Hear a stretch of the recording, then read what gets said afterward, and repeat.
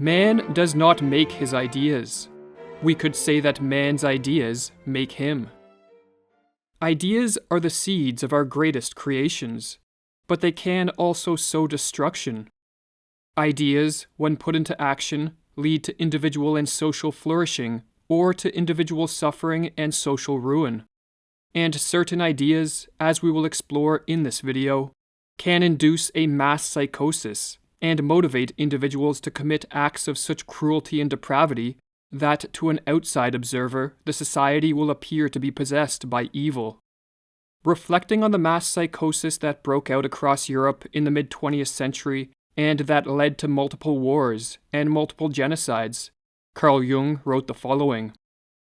Just when people were congratulating themselves on having abolished the belief in demons, it turned out that instead of haunting the attic or old ruins, the demons were flitting about in the heads of apparently normal Europeans.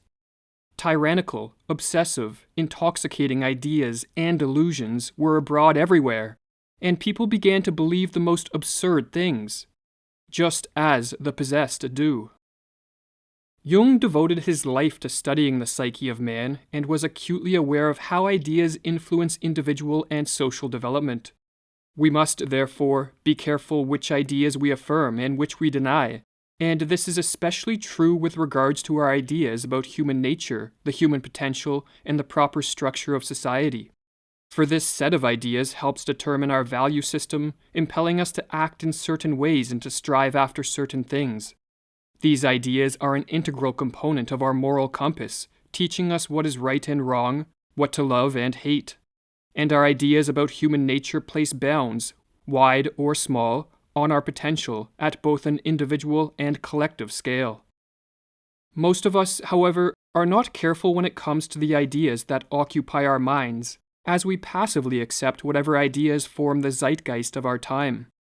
Most of us, in other words, are controlled by the ideas of other people, and we give little thought as to whether such ideas are right or wrong, beneficial or harmful.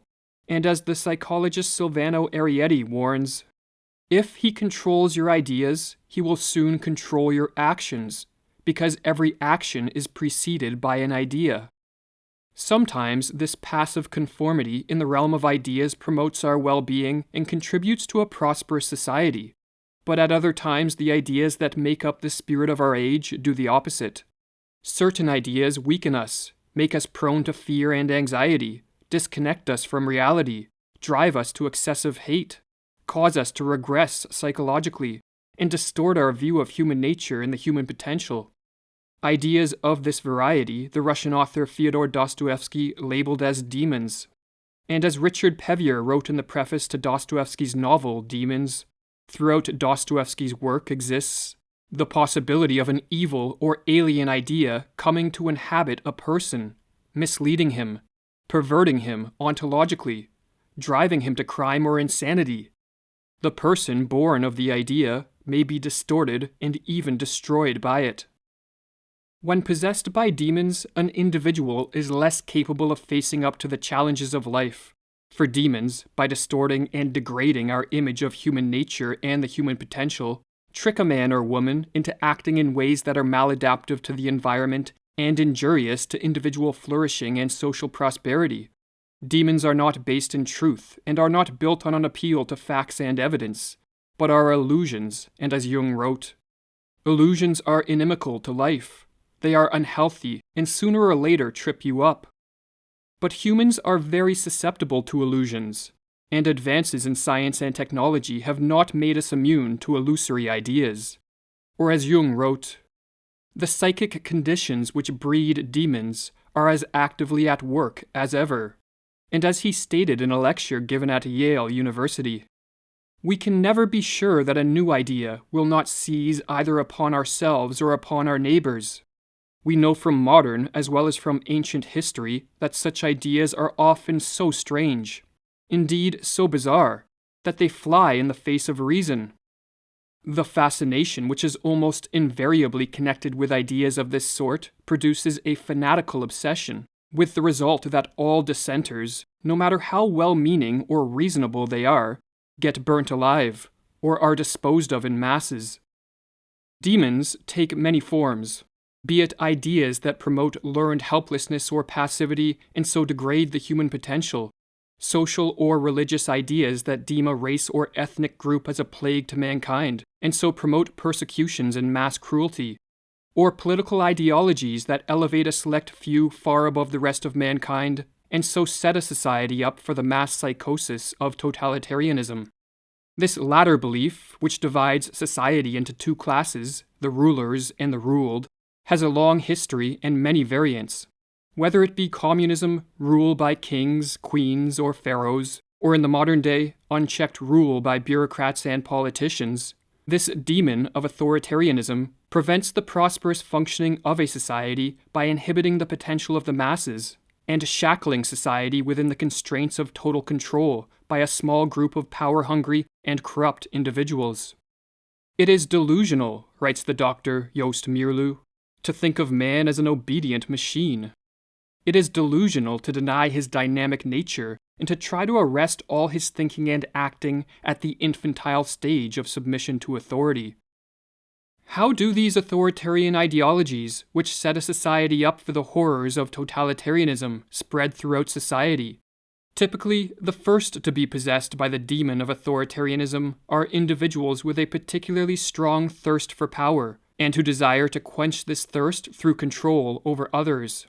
Not all men want to dominate a large number of other persons, writes Arrietty, but those who do affect the life of many. When individuals of this nature attain positions of institutional and political power, the scene is set for the spread of the demon of authoritarianism. For these individuals gain power and resources the more this demon spreads, and so they instinctively seek to disseminate their favored authoritarian ideology as far and wide as possible. Unfortunately for the rest of us, advances in the field of psychology, and specifically in the understanding of group psychology, has allowed for the development of very effective methods of molding the minds of the masses, and politicians and bureaucrats the world over now make use of these methods of mind control. Or as Meerloo explains, just as the technological advances of the modern world have refined and perfected the weapons of physical warfare, so the advance in man's understanding of the manipulation of public opinion have enabled him to refine and perfect the weapons of psychological warfare. And totalitarian psychological warfare is an effort to propagandize and hypnotize the world into submission. But are the individuals who spread these authoritarian ideologies simply evil? Do they spread these ideas, in other words, with the intention of causing harm to other people? The Russian author Alexander Solzhenitsyn, who lived in a society caught in the grip of the authoritarian demon of communism, suggests that such individuals are evil, but that they lack full awareness of the fact that they are setting society up for ruin. Instead, such individuals convince themselves, and then others, that what they are doing is for the good of society, and not merely for their own personal gain. Or as Solzhenitsyn writes, "To do evil, a human being must first of all believe that what he's doing is good, or else that it's a well-considered act in conformity with natural law." Or as he further explains, "Ideology, that is what gives evil-doing its long-sought justification, and gives the evildoer the necessary steadfastness and determination. That is the social theory which helps to make his acts seem good instead of bad in his own and others' eyes, so that he won't hear reproaches and curses, but will receive praise and honors." In the next video, we will explore how this small group of power-hungry individuals is able to spread the demon of an authoritarian ideology to the masses at large, and in the process induce the mass psychosis of totalitarianism.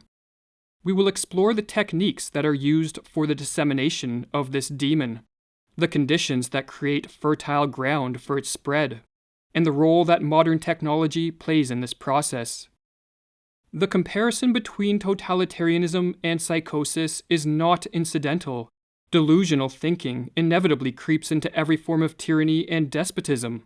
Evil powers from the archaic past return. An automatic compulsion to go on to self-destruction develops, to justify one mistake with a new one.